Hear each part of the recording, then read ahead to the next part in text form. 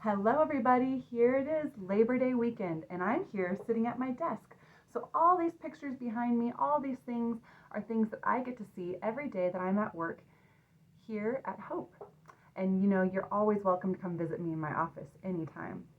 But I'm here sitting in my office thinking about Labor Day and Labor Day weekend. And I'm wondering how many of you did something special this weekend? This weekend that is meant to take an extra day off from your work and rest and be with the people you love. What did you do? Where did you go? Or did you just stay home and take a nap? When we talk about labor and work, sometimes I think it's easy to think maybe it doesn't apply to you. Maybe you think, I'm just a kid. What's my work? Well, here's a few things.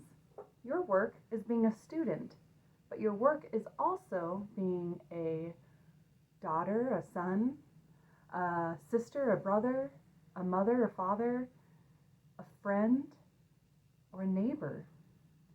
That is all part of our work. And there's a word we use in church a lot called a vocation.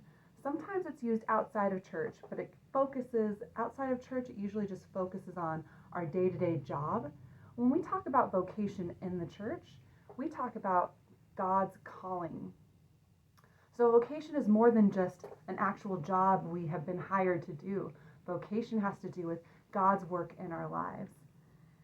So when you think of it that way, it makes sense that your vocation is not just about being a student or whatever you do for a living. Your vocation has to do with your relationship to others.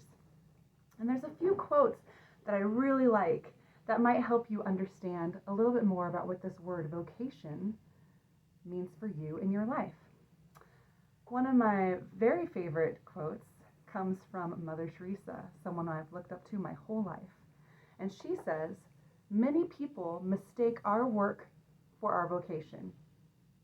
Our vocation is the love of Jesus.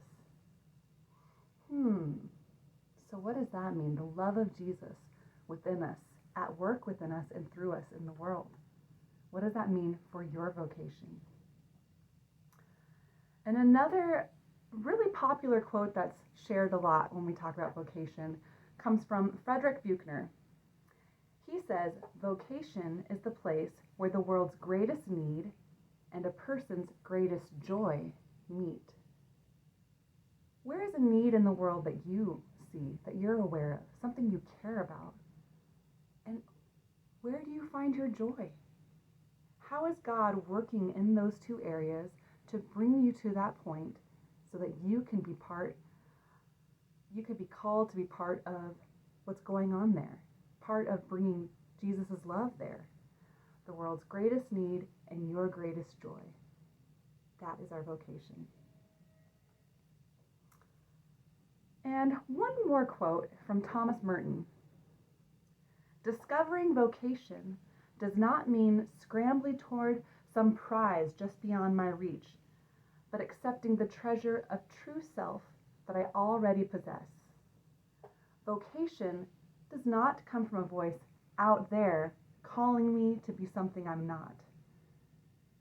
Vocation comes from a voice in here, calling me to be the person I was born to be, to fulfill the original selfhood given to me at birth by God. So when we talk about vocation, this is what we're talking about, our identity, who we are and who God created us to be. And remember, vocation also means calling, how God is calling us to be in the world. Like I was talking about earlier, vocation is not determined by our age. It doesn't matter if you're an adult and you have a job that you are hired to do. It doesn't matter if you're a 2-year-old or 4-year-old. We all have vocation. We are all called by God. And our vocation is given to us by God to love and serve our neighbor. So one more quote that I love is from Martin Luther. He says, God does not need your good works, but your neighbor does. So when we are living out our vocation, it's not somehow to make us closer to God, because God is already with us, but it's a way to live out that love of God for our neighbor so that they may know that love of God in a more real, living way. That's what our calling is. That's what our vocation is. So today, as you rest and enjoy your extra day off, your time off, as you reflect on your labor, on your work, what fills your day, and all the relationships that are part of that, I want you to think about vocation and how God is calling you to be who God created you to be, to share this amazing love of God with your neighbor, with your brother, with your sister, with your mother, with your father, with the stranger down the street. What does that vocation look like? And how can it change the way you live every day? See you next week.